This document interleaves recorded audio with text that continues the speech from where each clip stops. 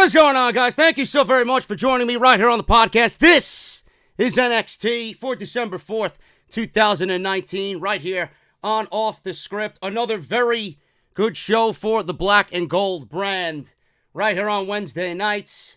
Last night's show was a stepping stone for what is going to be a loaded show on December 18th. December 18th, NXT is building towards a World Championship match with Adam Cole, a Women's Championship match with Shayna Baszler, and all these storylines that you're seeing right now on NXT TV are going to come to a head on December 18th. A lot of people are wondering why they're loading that December 18th show up on Wednesday. AEW is doing the same thing. Obviously, you've seen what they are planning for that show. And NXT last night is getting ready for those two championship matches. And they're loading it up because it's the last NXT show of 2019. There is no show the following Wednesday on Christmas Day. So realistically, going into that show, it is the last show for both AEW and NXT on December 18th. All of these storylines that we're seeing right now are, I believe, going to take this brand into the new year. And I'm worried about two in particular. Now, last night we got Keith Lee, and we got him being pretty much interjected into the World Championship title picture. It's not official yet, but I can honestly see WWE really picking up the pace with Keith Lee. Now, I don't know what they plan to do with Keith Lee from here on out. I will talk about that here in this podcast. He is one of the major reasons why NXT has been so successful on Wednesday night. And honestly, looking at Keith Lee and looking at his growth, it's one of the primary reasons why I am a huge wrestling fan. This is one of the things that you look for as far as what you want to see on a pro wrestling program. Keith Lee and his organic build and the way that they've handled him so far through all of this stretch with them moving to the USA Network at 2 hours. Like I said, and I have constantly said it, he is the biggest benefactor of them moving to 2 hours. And we're finally getting to see all of that patience. We're finally getting to see all of that just raw talent and that organic build just coming to a head on NXT. And it's going to culminate with him in what I think is going to be a World Championship match against Adam Cole. The other situation that they have brewing is Shayna Baszler. Now, I know for a fact that Shayna Baszler is wanted by the main roster, either Raw or SmackDown. Obviously, the safer bet here is Monday Night Raw because a feud with Becky Lynch is almost inevitable at this point. But I know if you got Triple H into a room and you sat him down, I guarantee you he would say he doesn't want Shayna Baszler to go anywhere and he wants Shayna to stay on NXT. Now, I know for a fact that we're all worried. I know for a fact that we're all concerned about any of the NXT talent, not just Shayna, not just Keith Lee. When they move to the main roster, we're all worried about how they're going to be creatively booked on Monday and Friday night. I know for a fact that Triple H doesn't want to see all his hard work in Shayna Baszler just go to waste on Monday night. He doesn't want to see Shayna kind of fall to the wayside and not get the reaction that she gets while being in NXT on Monday Night Raw. But it's one of those situations that I've said 5 or 6 times before. It's definitely happening. It's definitely happening. It's definitely happening. Now, we all thought that it was going to be Candice LeRae or Bianca Belair. Now we got Rhea Ripley in the picture. And there's no better opportunity than to do it right now. And I honestly see on December 18th, both Keith Lee and Shayna Baszler having their last matches in NXT. That's the way I see it. We're going to talk about that. Those are the two biggest takeaways from this show on Wednesday night. Keith Lee and Shayna Baszler, honestly, in my eyes, have wrestled their last match in NXT on December 18th. So we're going to go over that right here on the podcast. Kushida made his return to NXT after a broken wrist 2 months out after that match with Walter on NXT. Broke his wrist. He's back. He went against Raul Mendoza / Cameron Grimes. We're going to go over what I think of Kushida and why I think it's going to be a little bit of a patience game with him as well. A lot of people on social media are stating that Kushida is not being utilized the way that they expected in NXT. It's going to be a little bit of a of a waiting game. Keith Lee had to do it. Kushida's going to have to do the same thing. So we'll talk about that as well. Pete Dunne and Killian Dain open the show on Wednesday nights. We got the Undisputed Era, as always, anchoring this show. Tommaso Ciampa, Finn Balor, a lot of moving parts on NXT, and we're going to go over it right here on the podcast. Thank you guys so very much for joining me on the show today. If you missed my AEW Dynamite review, that is up on the channel right now. Go and check that out. I did that last night. A very good show by AEW on Wednesday night. Chris Jericho and Jungle Boy, they will be going one-on-one. Not sure if it's going to be for the AEW World Championship. It has not been specified, but they are loading their December 18th show up as well. Cody Rhodes, the best promo in all of pro wrestling for 2019. He cut another fantastic promo on MJF and the Butcher, the Blade, and the Bunny. So make sure you guys go and check all that stuff out on the channel. I will leave you guys linked down in the description below. If you want to follow me on social media, you guys can certainly do so at JD from NY206. That's on Twitter and Instagram. Make sure you guys support the podcast via Patreon. You can certainly do that as well. Patreon.com/JD from NY206. Hit that subscribe button. YouTube had one of their little purges yesterday for everybody in the community. So everybody lost a ton of subscribers yesterday. So make sure you guys hit that subscribe button if they've unsubscribed you. I'm not sure if they have gone and done that, but if you guys are new around here, hit that subscribe button, turn on that bell for all notifications. And if you guys want to check out my sponsor for today's show, you guys certainly know how to do that. Audible, audibletrial.com/offthescript. I've had some of you tweet me yesterday that you signed up using our unique link and got yourself the Mayor Kane, Glenn Jacobs, his new autobiography, Mayor Kane, My Life in Wrestling and Politics. Make sure you guys go and get that. You could get it for free. It is now officially released as of this week for the holidays. audibletrial.com/offthescript. Go through the sign-up process. You guys can choose one free audiobook of your choice, and a lot of you guys have signed up and got that Mayor Kane book for yourself. It is 8 hours long of Glenn Jacobs narrating it. It is unbelievable from what I hear. Make sure you guys go and check that out. A lot of good stories, I'm sure, coming out of the mouth of Glenn Jacobs, not only in politics, but how he got into wrestling and the mind behind that Kane character with some of the most memorable feuds in the history of the company. audibletrial.com/offthescript. Thank you guys so much for joining me on Off the Script. Let's get right into the NXT show for December 4th, 2019. NXT last night opened up with some good news. Mauro Ranallo is back. He's back on NXT. He looks great. He sounds fantastic. He did not miss a single step last night after the incident with Corey Graves. I don't know what happened with Graves and Ranallo, if they resolved anything. I don't even care at this point. I'm just glad that the voice of the entire company behind that microphone on play-by-play is back on the best brand in the entire company. Mauro did his thing last night, and if you guys listened to him, he did not step over anybody. He gave ample time for both Beth Phoenix and Nigel McGuinness to get their stuff in. He did what he always does, and he delivers the best commentary in all of the company, so I'm glad that the show opened with him first and foremost. There was no shitty excuses being given. It was as if it was swept under the rug and nothing ever happened. He didn't make mention of anything. He was a professional, and everything went the way it should have. Glad he's back. Show opened up with him on the podium, and he turned around, and Killian Dain took a microphone to the ring, and he was in the ring trying to address Damian Priest. Now, Damian Priest was supposed to go one-on-one with Killian Dain, but Damian Priest reportedly has a rib issue. I don't know if it's a bruised rib or a broken rib. I think the last that I heard, if I remember, is that Damian Priest has a broken rib coming out of that TakeOver War Games triple threat match with both Killian Dain and Pete Dunne. So we got Killian Dain pretty much calling Damian Priest a coward, and he has nobody to fight, so out comes Pete Dunne, which honestly is the only right decision here because he continues the entire storyline going on between all three of these men until at least Damian Priest gets back, and then he'll go one-on-one with Killian Dain. So we had Killian Dain beating Pete Dunne here, which was surprising because Pete Dunne has been on a nice little streak for himself. He won that triple threat match at War Games. He had a great match with Adam Cole at Survivor Series for the NXT Championship.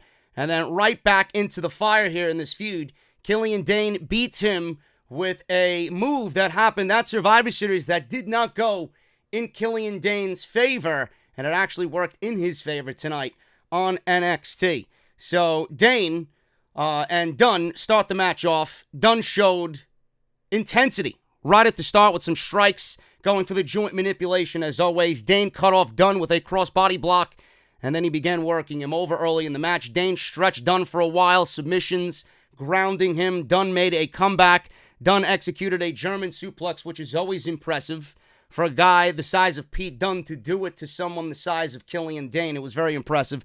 Dunne landed on his feet, attempting a moonsault, sold the injured knee, which was still wrapped from the TakeOver War Games match. Dain then wiped him out with the tope, which looked absolutely brutal. From that part of the match, we went to commercial break. Back from commercial break, Dain worked the leg. He applied a half crab.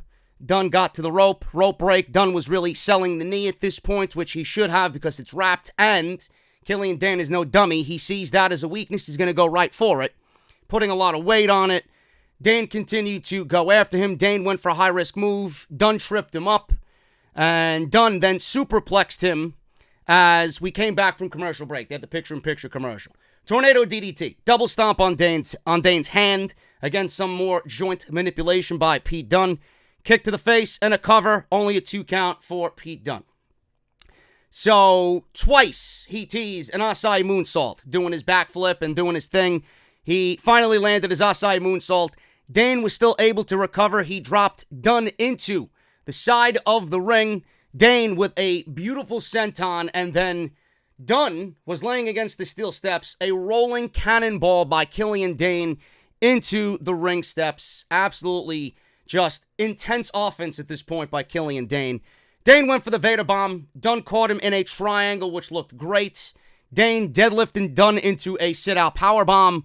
Dunne countered another attempt at the Vader bomb, climbed up to the turnbuckles with Dain on his back. So now both are up top, and they're jockeying for position. Dunne was trying to go for the sleeper hold. Killian Dain looked like he was fading away, and then Dunne applied the sleeper. Fading, going unconscious was Killian Dain. Dain fell backwards with Dunne on his back. They both slammed to the mat, and they both crashed to the mat with Dain on top of Dunne, and that was the way the match ended. Killian Dain, unconscious from the sleeper, falls back on Pete Dunne. He gets the 1, 2, 3, and he defeats Pete Dunne in the opening match of NXT. The most interesting thing about this was that Killian Dain was motioning for the NXT Championship. I don't know what that means. I don't know if that's something that they are planning in the weeks ahead going into 2020. I'm not sure.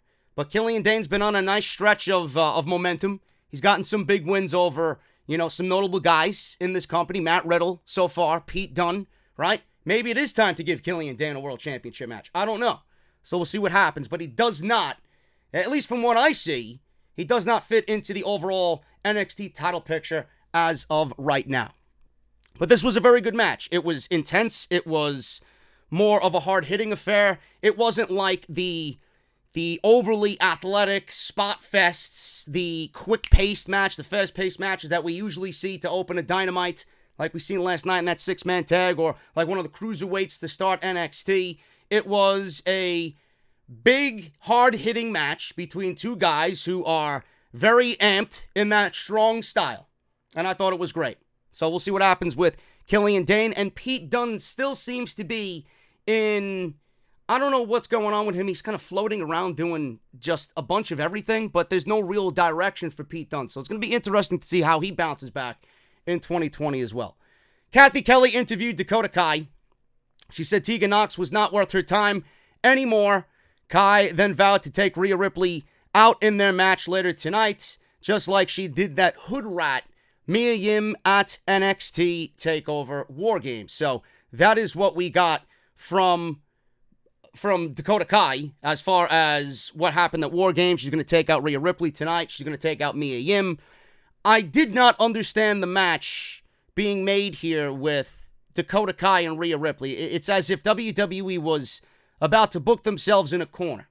And I don't really like matches like that because on one hand, you got Dakota Kai, who is in the middle of this great heel run, this heel turn that just happened a couple of weeks ago. So she can't really afford a loss. You're going to protect her as best you can. And the money match obviously is a match with Rhea Ripley somewhere down the line, and a match with Tegan Nox somewhere down the line. And obviously, Rhea Ripley can't lose this thing either because she's going to be, and right now, is considered the number one contender for the NXT Women's Championship, and Shayna Baszler, so she can't lose. So it's as if WWE booked this match and they were already thinking of a stalemate. So we'll get into what happened later on in the show, but I didn't really like the announcement of that match because it didn't really make any sense at all. We got the Undisputed Era. They came to the ring for a promo, and you know me, anytime the Undisputed Era is in the ring, it's always must-see TV. Every time they are there, you know that it's about to pick up. Undisputed Era made their way to the ring, and Bobby Fish was not with them. Bobby Fish is hurt. We don't have any more news on his injury, concussion, neck injury, leg injury. We really don't know, but all I read was that Bobby Fish was walking around and he seemed okay after last week's show. That's what the latest reports said about Bobby Fish. Now, we don't have any new information on that. I hope it's not as serious as they made it sound here tonight. And the fact that he didn't show up tends to the seriousness of the entire situation. So I hope that he's back and it's not as bad as everybody is expecting it to be, because I don't know what they do from there on out. Undisputed Era made their way to the ring. No Bobby Fish. Cole said the Undisputed Era had a November to Remember. Old ECW pay-per-view, November to Remember. Back in the old school days, back in the high school days, November to Remember was always great. We took over Raw, we took over SmackDown, we embarrassed them at Survivor Series. The month may be over, but the prophecy has just begun, says Adam Cole. We're the Iron Man of NXT. He wondered how they were thanked. Keith Lee pounding him into the barricade, or over the barricade, I should say, pouncing him over the barricade like some kind of rag doll. He says he's not a rag doll. So obviously you don't want to let these fans cling on to something. I thought they were going to start chanting rag doll at Adam Cole, but Adam Cole kind of deaded that situation. Adam Cole says he's the champion and he deserves your respect. Keith Lee chants started up at Full Sail. Bask in your glory chants started up at Full Sail. After all of the obstacles they overcame, Finn Balor kicked him square in the face, and the Undisputed Era needs answers and won't leave the ring until they get them. So I don't know if this was mentioning Keith Lee, come on out, I got something to talk to you about, or Finn Balor, come out to the ring, I got something to talk to you about, or both of them at the same time. But we got one of them. Keith Lee came out, and I'm loving the organic feel of Keith Lee. Keith Lee's build has been such a breath of fresh air in not only NXT, but the entire company, because you don't see what NXT is doing with Keith Lee ever in WWE. It's a rarity that they actually have something this real, this natural, and this organic happening right before our very eyes. And it's either the end of Keith Lee or the time to put Keith Lee in that position that we all know he should be in and has the ability to be in that position, which I will talk about in a little bit. So Keith Lee's music played. He came out, and we got Kyle O'Reilly, who his sense of humor is something that I absolutely love. I love when he gets on the microphone because you know he's going to be a sarcastic dick, and it always brings a smile to my face. He said, check it out, guys. It's the moment maker himself. And I laughed my ass off at this. He says, it's the moment maker himself, Keith Momentarily.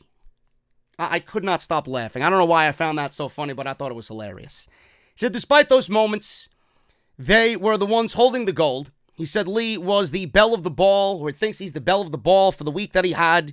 He even went toe-to-toe with Roman Reigns, and he lost because he's a loser. I love Kyle O'Reilly, man. They got to give him more mic time. I know it's mostly Adam Cole's deal, but they got to give Kyle O'Reilly some more mic time. He's fucking great. Keith said that it's just not that he is a moment maker, but he's a game changer. And he certainly could be a game changer if they give him the ball to do so. If they actually call him up to the main roster, he could certainly fit the bill of game changer. He says what he has to show for it is turning the champion into one of the most viral gifs on the internet. That pounce over the barricade into the fifth row, it's been everywhere on the internet. He says he's just deciding which one of their championships he's going to take first. So that's a little tease right there that Keith Lee is going to be ingrained in some sort of title picture, which, again, we'll talk about in a little bit. So Cole said, okay, how about we make a moment right here, right now? What about the Undisputed Era triple teaming Keith Lee and taking you out right here? So, obviously, they tried to. Keith Lee cleared the ring. He got his hands on Adam Cole, but He obviously was a coward in the situation, doing the heel thing and running away. Then he got Kyle O'Reilly and Roderick Strong. Double clothesline. He was about to get his hands on Adam Cole, but Adam Cole was on the ramp. He was talking trash to Keith Lee from the ramp, and he backed right into an incoming Tommaso Ciampa. Ciampa tossed Cole back into the ring. He went for the Spirit Bomb. Up in the Spirit Bomb was Adam Cole, but O'Reilly and Strong pull him to safety over the top rope, and they run into the crowd and into the backstage area. So Lee is in the ring, Ciampa is in the ring, all their titles are spread about in the ring. Ciampa is looking down at Goldie. He picks up Goldie ever so slightly, and he's looking at Goldie, admiring her, and that's the way the segment ended. This is great. I absolutely love it, and I love that NXT is putting Keith Lee in these positions to capitalize on the momentum that he has at Survivor Series. If this was the main roster, we wouldn't have seen Keith Lee in this type of position. They probably would have given him that moment and then didn't know where to go with him from there. So now we got Keith Lee in this position, doing the War Games thing, doing the Survivor Series thing, standing toe-to-toe with Roman Reigns, being the last guy on NXT in a losing effort, though he was the real winner in that entire situation because of who he was in the ring with and how they made him look and how they talked about him after that match and all the good things that were in the news about Keith Lee and how he was received backstage. I'm glad to see that they're keeping up on the momentum that Keith Lee has built for himself. Now, we all know that he's trending upwards. And we all know that we all know that when we look at Keith Lee, we look at more than what WWE is ready to give him right now. You know, we all thought that he was probably aiming for a North American championship. Then he was teaming with Dijakovic, possible tag team championship reign, being that WWE doesn't have many tag teams, or babyface tag teams, I should say. Tag teams in general, but babyface tag teams, absolutely, to go against the Undisputed Era. And we all know that he could possibly challenge for the NXT Championship, but that's Tommaso Ciampa's territory. And we all know that the money match is Ciampa getting Goldie back from Adam Cole. And then obviously you got the Johnny Gargano story in there where he couldn't get it done, and he wants to do it not only for himself to get Goldie back, because that is his possession, but to do it for Johnny and get revenge on what Adam Cole did to Johnny Gargano. So this is great. We all seen Keith Lee at a certain level, but WWE is building his momentum to a point where even though we've seen more out of him compared to what WWE wanted to give him, it looks like they're going to give him more and see what he could do with it. And I hope that is the case. So we'll see what happens. By the time we get to the end of this show, I'm going to give you my thoughts on what I think is going to happen with Keith Lee. We got a Kushida video package. 2 months ago, he had one of the biggest matches of his NXT career, his young NXT career against Walter. He broke his wrist with a arm drag off the top rope, or an arm bar off the top rope, which, you know, with Walter coming down on you, I'm surprised that it was only just a broken wrist. 2 months is a long time. He spent time with his family. He moved his family to the United States. He moved his daughter, his wife to the United States because he wanted to give them a better life. He doesn't fight for himself. He fights for them. So it was a nice inside look at who Kushida is and why he is here in NXT and moving to the United States. Xia Li versus Shayna Baszler. This was pretty academic. This is pretty much built off what we seen last week because the horsewomen attacked Xia Li. So Xia Li, the mentality that she has, she wants revenge on the women's champion because she's the leader. So you might as well go for the head of the snake instead of the two goons. So that's exactly what she tried to do. It didn't really work out for her. And Shayna Baszler took care of her pretty easily in a 4-minute match. Really nothing to it. And what happened here was that Shayna Baszler made Xia Li tap out. That's pretty much it. Baszler worked on the arm. Lee was firing back with some kicks. Baszler was backpedaling. She knew Xia Li. Baszler did a good job at selling Xia Li's kicks and how devastating they can be. But that's the only thing in her repertoire. Xia Li is very basic. You know, she's still very green. Obviously, they see something in her with the amount of TV time that she's received on the USA Network here at 2 Hours with NXT. But her moveset is very rudimentary. It's very basic. I want to see more out of Xia Li. And the match went 4 minutes. It's exactly what they needed to with this match. Shayna was going to get an easy victory and then obviously build towards Rhea Ripley. But when Xia Li is in that progression stage and we start seeing her do the 10, 12, 15-minute matches, she's got to amp up that moveset Because all I see out of her right now is just basic kicks and just, the basic stuff. There's really nothing to Xia Li at all. It's nothing that I'm going to look at and say, man, I can't wait to see Xia Li wrestle. Haven't gotten that feeling yet. Baszler worked on the arm. Li was firing back with those kicks, and Baszler was selling them as to what happens if I get kicked with one of these. It's going to be pretty much good night. So she was selling the possible effect of Xia Li's kicks. Baszler was backpedaling, selling them, but she set up a trap. Li escaped the trap to give Baszler a sunset powerbomb. Li went to follow up with a tornado kick, her tornado kick finisher, but she missed, and then that was all the opening she needed, and I loved Mauro on commentary here. All it takes is one mistake with Shayna Baszler. She will expose you, and that is it. Shayna Baszler caught Xia Li in the Kirifuda clutch, and she tapped out almost instantly. There was nowhere for her to go. So Baszler, obviously, after the end of the match, she was gloating and kind of standing over Xia Li. Almost in a way, she didn't really say anything, but she was like, through her body language, bitch, you want to step to me? This is exactly what's going to happen, and look at you now. So maybe for next time, you know better. Cassius Ohno, pre-tape promo. He is no longer calling himself, what was he calling himself? I don't know. What was he? The knockout artist, right? I haven't watched much of NXT UK lately. I know Cassius Ohno's been doing some work over in NXT UK. He's not calling himself the knockout artist anymore. He's calling himself the wrestling genius. Now, coming over from NXT UK, he's having a career renaissance, he says. He's back in the United States ahead of the upcoming Worlds Collide Supercard, where we're going to see NXT local and NXT UK do battle Royal Rumble weekend in January. So he threw out the challenge to anyone in NXT tonight to face him in what could be a preview match for Worlds Collide. And that's the only reason why Cassius Ohno is on TV right now for Worlds Collide. WWE wants you to know that Worlds Collide is happening, and he is pretty much just here as a spokesman for the Worlds Collide event happening at the Royal Rumble weekend. Leon Ruff and Adrian Alanis versus the Forgotten Sons tag team action here in NXT. Couple of things with this tag team match, even though it went 1 minute.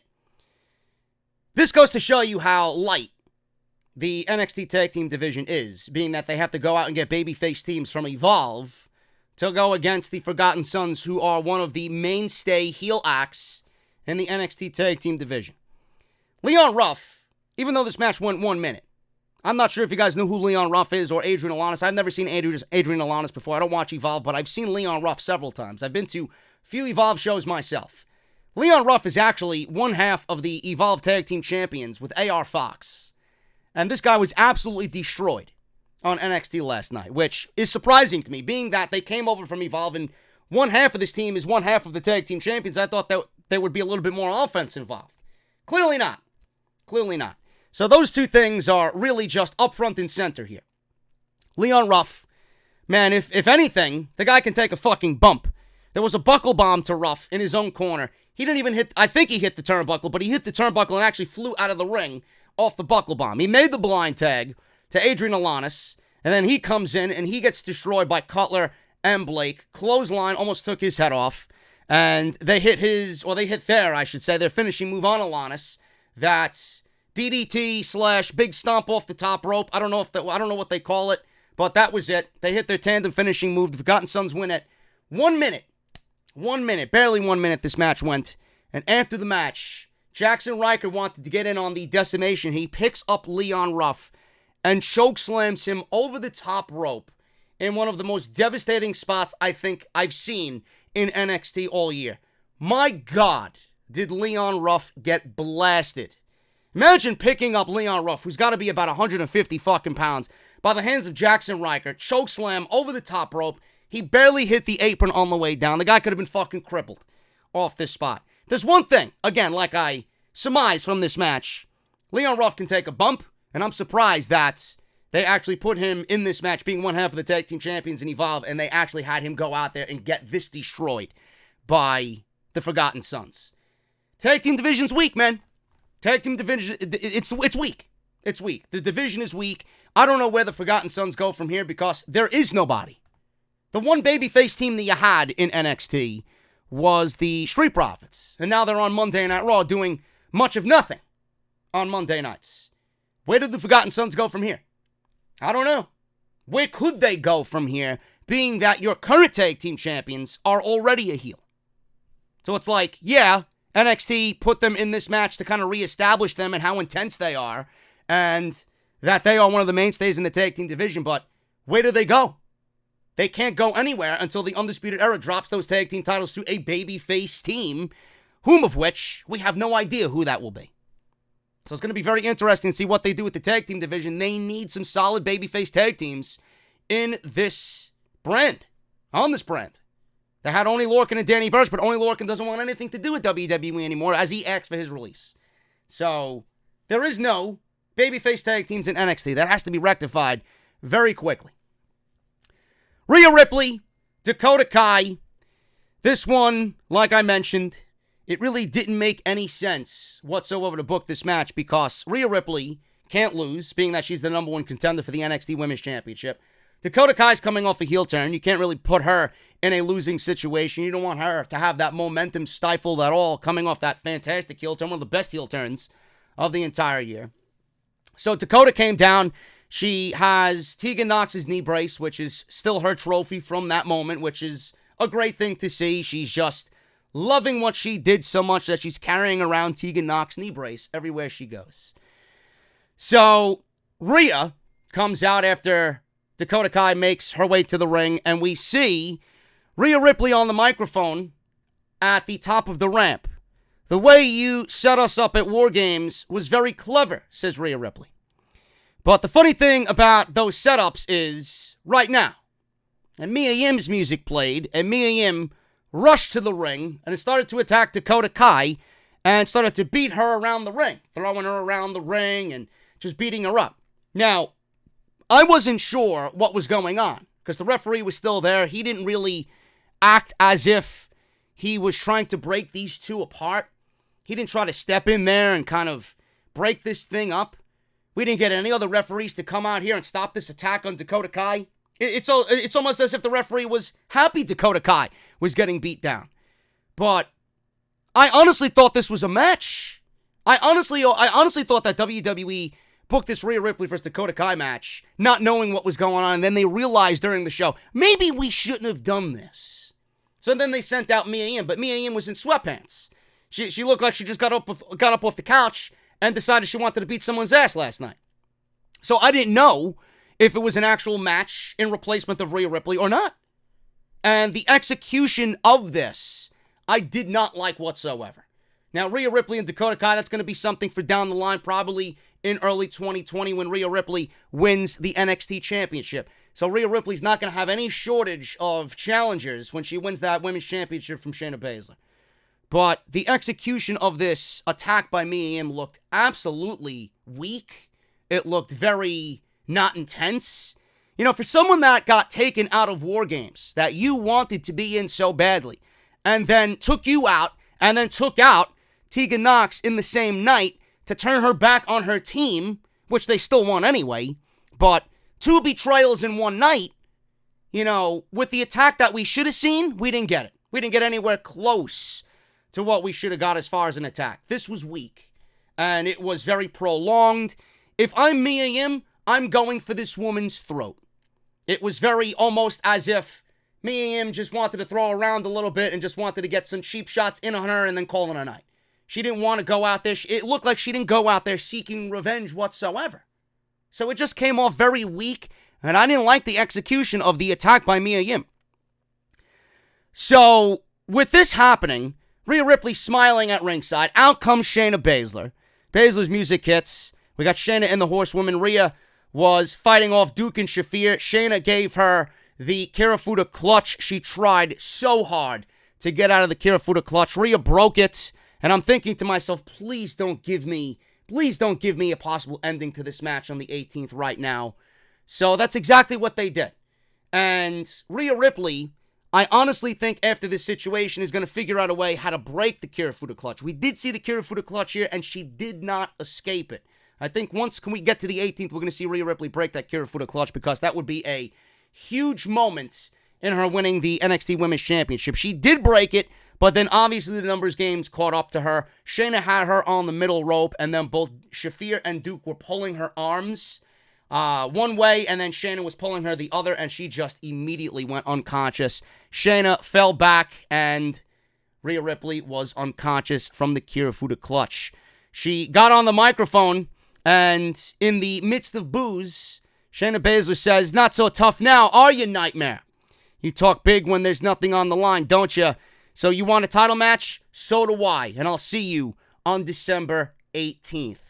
So Shayna, look at that. Even though Shayna has the goons working with her, she was not afraid. She was not afraid in her own ability to challenge Rhea Ripley and put the title on the line. Usually it's the other way around. Usually it's the babyface challenging the heel, with management giving the babyface the match, and then we get some sort of screwy finish which leads to a rematch.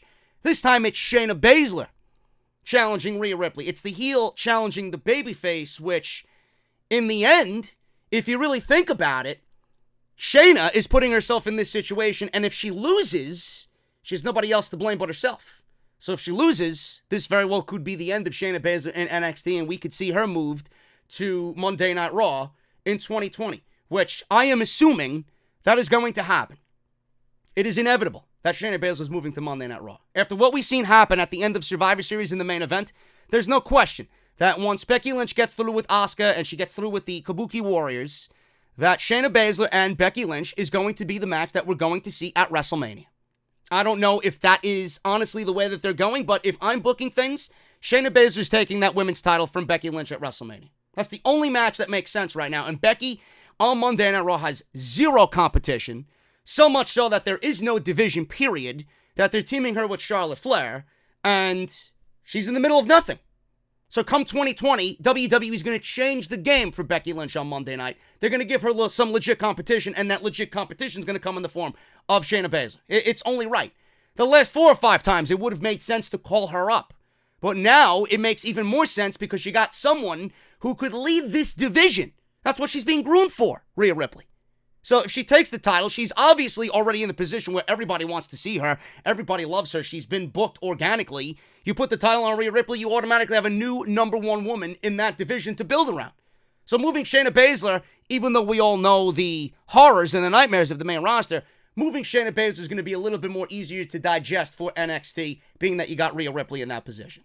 So it's going to happen. I know the last 4 or 5 times I said it, nothing happened. I think, honestly, now it's going to happen. This is the time Shayna Baszler is going to be moved up to the main roster. And her last match, realistically, should be December 18th when she drops that title to Rhea Ripley. And another thing I want you guys to consider, it would be 2 whole months. You got all of December and all of January to build towards an eventual match with Shayna Baszler and Rhea Ripley on February 16th at TakeOver. Why wait so long? Why wait so long? February is right in the middle of WrestleMania build. The Royal Rumble will be over. We're going into the Elimination Chamber, and then you're setting up yourself for WrestleMania. So you want Shayna Baszler in the middle of all that. Why wait till February 16th when you can get it done now and then move Shayna Baszler and have her be in the middle of everything so that we get the right match that we deserve, the right match that Becky Lynch deserves at WrestleMania. It just makes too much sense not to do it on December 18th. We've seen a promo package for Isaiah Swerve Scott. Always a big fan of his work. Can't wait to see more of him on NXT.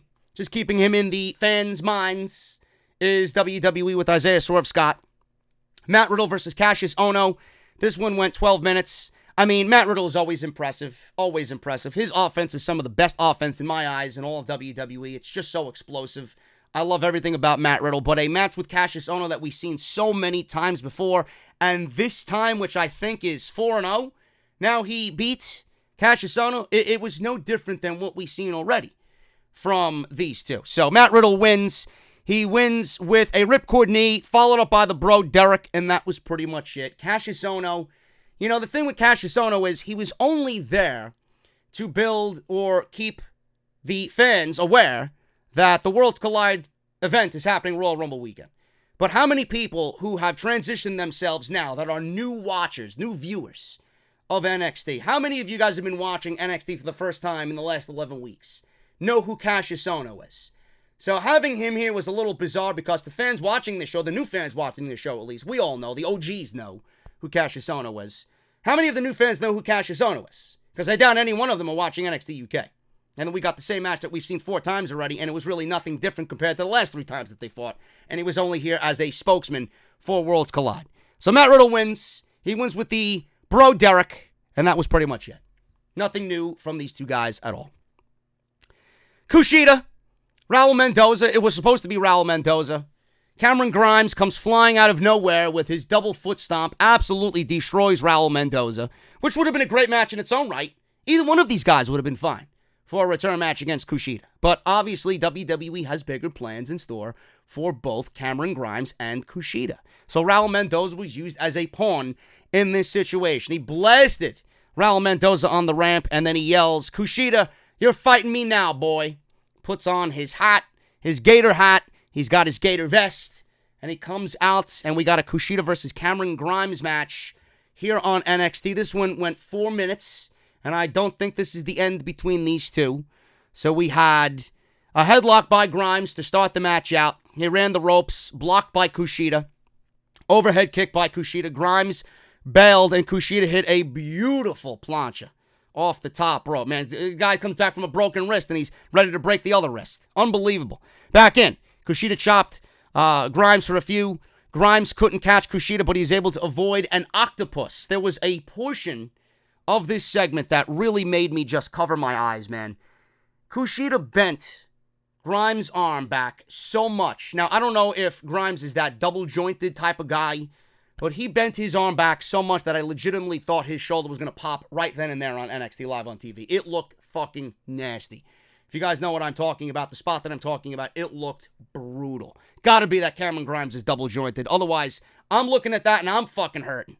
Holy shit. So we got Kushida adding some joint manipulation off this submission move. Grimes was able to reach the ropes and break this hold. Thank God. Couldn't take any more of that. Kushida wanted a DDT. It was blocked. Kushida handspring right into a German with a bridge for a 2.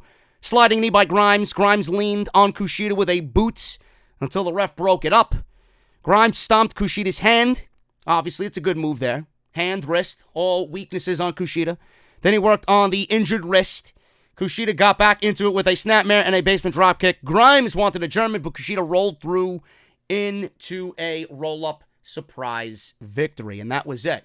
Now, if WWE wanted Kushida to come back and they wanted to really push him and kind of establish him again as Kushida, they would have given him a much better victory than this. They got the surprise victory. They got the surprise victory with Kushida over Cameron Grimes. It wasn't something that buried Cameron Grimes here against Kushida. It's something where we're going to see it again. Kushida established himself in front of the NXT audience. Some people might not know who he is. They want to get him reestablished in front of the audience. And he got a big victory back in his return. Cameron Grimes lost, but he didn't lose in dominating fashion. It was a surprise out of nowhere roll-up. So this was great. Kushida wins over a guy that they've been pushing heavily on NXT TV, and Cameron Grimes doesn't look bad because he tried his best against Kushida, and it was just that one small mistake that led to a surprise roll-up. It's not like he got his shoulders pinned to the mat and he was fucking brutalized in a victory in decisive fashion. So I thought this was great, and I'm sure we will go on to see these two fight again on NXT TV. And it will be longer than 4 minutes, for sure. So we got Angel Garza and Lio Rush. This one is next week. I would have saved this for the 18th as well. I would have saved the Cruiserweight, the NXT Women's title, and the NXT title for that 18th show and just close the year on a bang. But they're doing this next week. Lio Rush, Angel Garza. We're seeing this one next week for the Cruiserweight Championship, as well as Mia Yim versus Dakota Kai. So there you have it. Next week is shaping up to be a fantastic show. And like I said, this is step 1 of 3. This show, though good, it wasn't better than last week. Last week was an explosive episode, but this show is step 1 of 3. We're getting the setup. And then next week is going to be the setup for the week after that. And NXT is closing the year out in just remarkable fashion. I love everything that they're doing in the stories and how everything happens in one week, transitions into the next week and into the next week. I love continuity. I love consistency. That's why I love NXT so much. And I'm so happy to see them finally hitting their groove and do what they do best under this 2-hour format. I know I was very against the 2-hour format, and they're doing it very well, and they're back to doing what they do best. Storytelling, logic, consistency. Loving it. Can't wait to see that. And Angel Garza should win the Cruiserweight Championship. That is what I'm predicting next week on NXT TV. We got the main event. The main event was Keith Lee, Tommaso Ciampa, and Dominik Dijakovic. They defeated the Undisputed Era, Adam Cole, Roderick Strong, and Kyle O'Reilly, -1 Bobby Fish. We had Keith Lee pinning Adam Cole here in this match for what I thought was a great six-man tag. Babyface team dominated much of the early portion of this match. He's been great. We talk about Keith Lee, but Dominik Dijakovic has shined in this 2-hour format as well. He's been great the times that we've seen him. So he continued to just pretty much do what he does against the Undisputed Era. The babyfaces, like I said, controlled the beginning portions of this match. Undisputed Era tried ganging up on him, and then obviously the numbers game. The Undisputed Era being the tag team champions, they know how to work a tag team match. So they eventually overpowered him and grounded him, working him over. Strong started taunting Dijakovic because that's what Roddy does, which obviously got Dijakovic mad. Undisputed Era still is using their sly tactics to control this match. Ciampa ran wild after a hot tag. This was a fucking great hot tag by Tommaso Ciampa. He cleaned house on Undisputed Era. Project Ciampa on O'Reilly led to a near fall. Ciampa went for an air raid crash, but Strong made the blind tag for the save. Ciampa was hit, obviously, with a high-low. That total elimination. They went for a cover on Ciampa, only a 2 count. Strong made the cover there on Ciampa. Great series of exchanges between Ciampa and Strong led to both men being down. Lee and Cole then obviously came in. Both were the legal men here. And this is when everything just broke down. We got Lee and Cole. Cole ran into the ropes. He ate a lariat from Keith Lee. Completely took his head off. Dijakovic did a corkscrew plancha off a springboard, by the way. It was a springboard. Corkscrew plancha to the outside. Took everybody who was outside out with him, and he landed square on the mat. He actually took himself out more so than he did anybody else. That's from what I seen. So, Finn Balor, out of nowhere, comes from the crowd. He gets into the ring. Now, everybody at this point is in the corner. And we see Finn Balor jump the barricade. And everybody's wondering what he's going to do there. So Lee, like I said, cleaned house. Cole tagged in. Lariat. Dijakovic off the top rope. Crowd is chanting NXT. So Dijakovic and Kyle O'Reilly were on the top turnbuckle. I don't know what they were going for. It looked like Dijakovic was getting ready for a superplex on the outside on top of everybody else, as if the plancha wasn't good enough. So chaos was everywhere at this point. The referee had his back turned to what was going on because he was trying to take down or trying to issue a warning to Dijakovic and Kyle O'Reilly. So the referee hit a drop kick on Adam Cole. Adam Cole got himself interjected in this entire thing. It was Adam Cole, the referee, Dominik Dijakovic, and Kyle O'Reilly on the top rope. It was a sandwich of chaos. Finn Balor came out of nowhere, hit a missile drop kick on Adam Cole. Adam Cole went flying into the referee. The referee was knocked out. So obviously the referee was not looking at anything that happened after this. Balor hit the 1916 on Ciampa.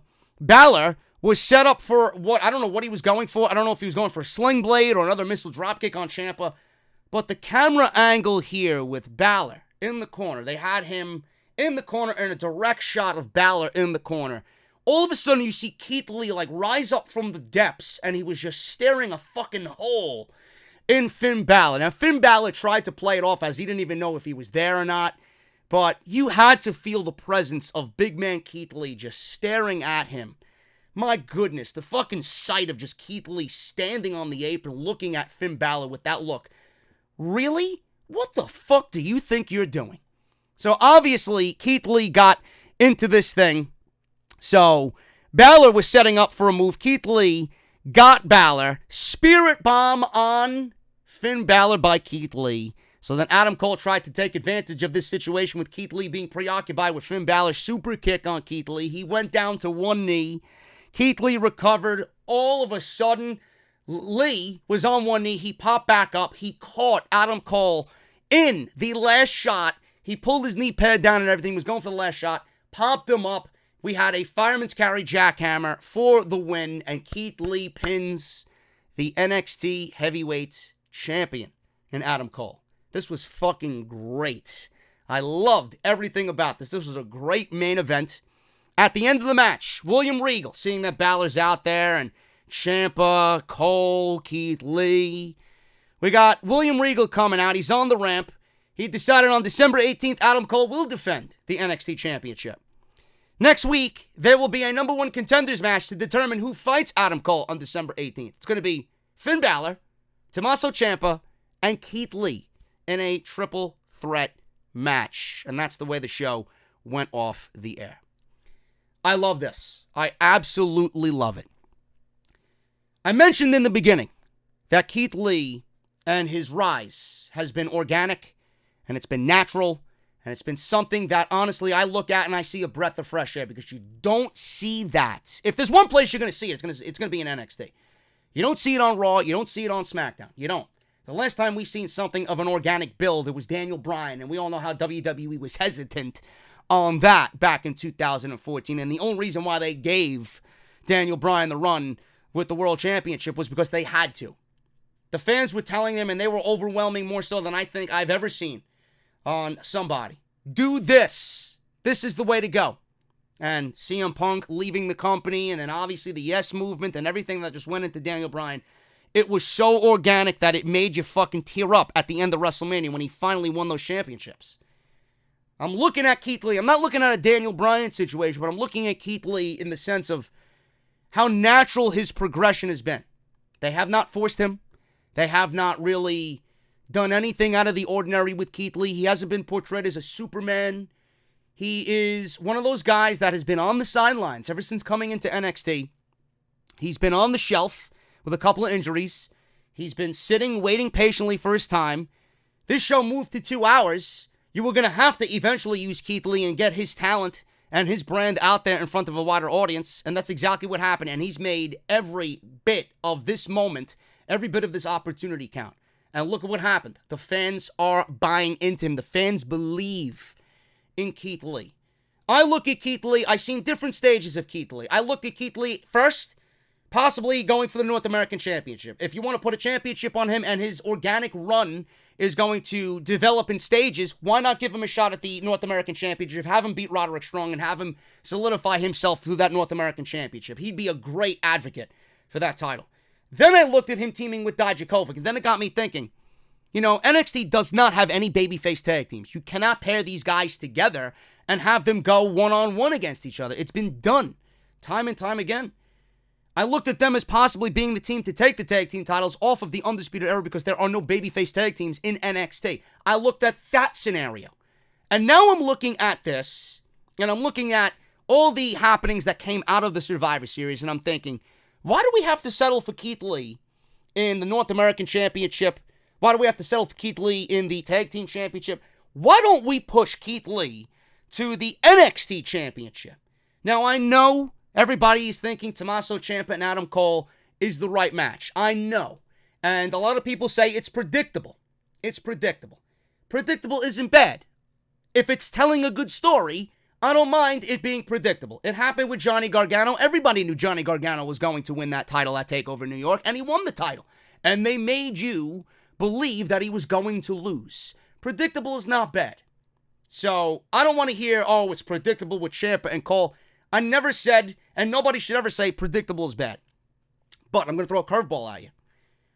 If Keith Lee and this triple threat match next week is going down, and Keith Lee, who I suspect is going to win, because I don't know why you wouldn't have him win.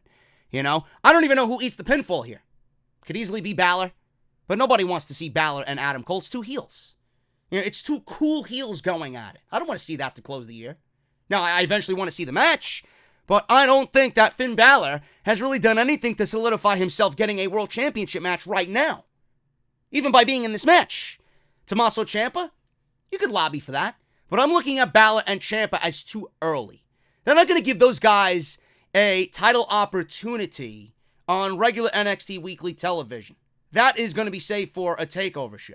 Balor and Ciampa. It only makes sense. I can't see them doing that match on free TV. So give it to Keith Lee.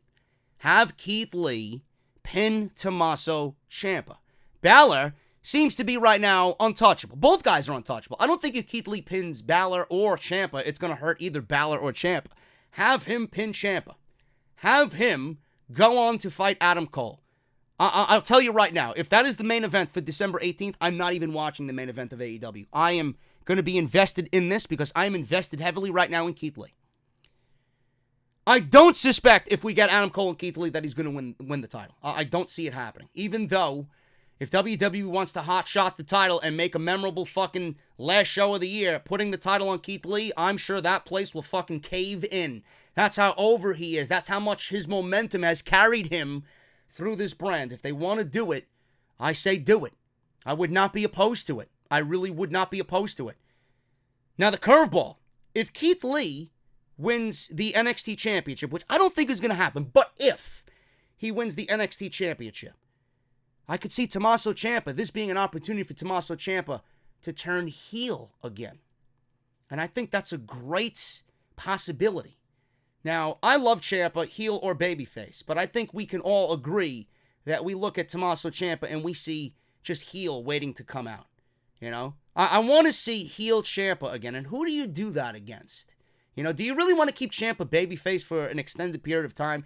He was forced back and forced into this babyface role because there was no way people were going to boo him. After what we've seen on the WWE Performance Center YouTube channel and the documentary about his comeback and his struggle and what he did with the surgery, there's no way you were going to boo this guy. You got an inside look at his family and how he was struggling and how he tried to come back from the surgery and the injury. You're not going to boo this guy. Nobody in their right mind was going to boo this guy, but if you got the right babyface, who is as over as Keith Lee right now, he might be the biggest babyface on this roster.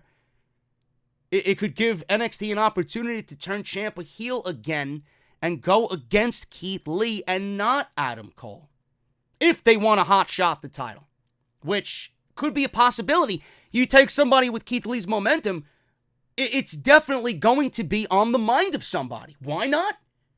If somebody brought that to me at the creative table, I'm not gonna turn my head away. I'm gonna look at it. I'm gonna ponder it. You know what? It might not be the right decision, but I'm not gonna sit here and be against that decision because that decision could work.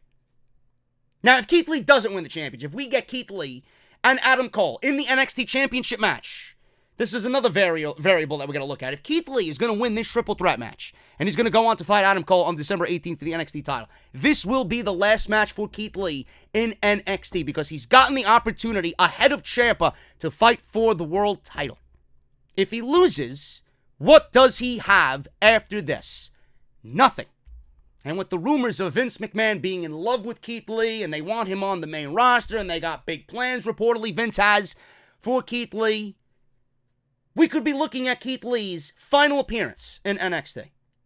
And a loss to Adam Cole will certainly feel like the last appearance in NXT for Keith Lee before he makes the main roster. So what do you do with Keith Lee on the main roster? Where do you put him? You put him on Monday Night Raw. Brock Lesnar's got no opponent. Now this, to me, should be Matt Riddle. It really should be Matt Riddle. That's the money match to me, if you're booking Lesnar with anybody at WrestleMania. But if you're moving Keith Lee to the main roster, he's going to Monday Night Raw. He's going to Monday Night Raw, and he's going to be in the Royal Rumble. He's going to have a great showing in the Royal Rumble. I don't know who wins the Royal Rumble. It could be Roman Reigns. It could be Keith Lee. It could be anybody. I don't know at this point. The less I know, the better, because I want an unpredictable Royal Rumble. But if Keith Lee is on the same brand as Brock Lesnar, there is no doubt in my mind that is your WrestleMania match. That needs to be your WrestleMania match. That needs to be the moment. If you guys are serious about Keith Lee and you want to continue his momentum coming up from NXT, if you want to continue that momentum on the main roster, you're not going to put him in the fucking ring with Seth Rollins. You're not going to have him go the Rey Mysterio route and win the United States title. That is just not treating Keith Lee the way he needs to be treated. That's keeping Keith Lee suppressed and keeping him down from where he really should be. There's no reason why he's building this momentum all to go to the main roster and then fucking suffer in the mid-card. You want Keith Lee to be a breakout act? This company needs a breakout star. This company needs a new superstar that we could get behind organically. You're going to have him go into the Royal Rumble. You're going to have him possibly win the Royal Rumble. And you're going to have him challenge Brock Lesnar. With the rumors that I'm hearing about Brock Lesnar's opponent at WrestleMania, I don't see how WWE could look themselves in the mirror and be okay with the fucking decisions they're about to make with Brock Lesnar. Tyson Fury and a rematch with Cain Velasquez. Boring. Spare me the fucking nauseating garbage I'm about to see at WrestleMania. I can't stand it. That is god-awful. God-awful. You want to build a new superstar? Keith Lee has everything you need to go one-on-one with Brock Lesnar. He's got the size, he's got the speed, he's got the power, he's got the legitimacy. He's got all those things. If you put him in the ring with Brock Lesnar, he is a believable opponent for Brock Lesnar at WrestleMania. And I honestly think if you build it right, Keith Lee could be one of the biggest things that you've ever had on the main roster in the last decade. I honestly think it needs to happen.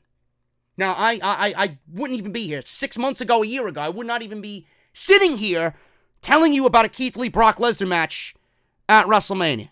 It was Matt Riddle. But Keith Lee's momentum is something that should not be messed with. Matt Riddle has not had the amount of success that Keith Lee has had as of late. Keith Lee, you have to keep this momentum going. Now, he either wins the NXT Championship and we get a hot shot title feud that turns Ciampa heel.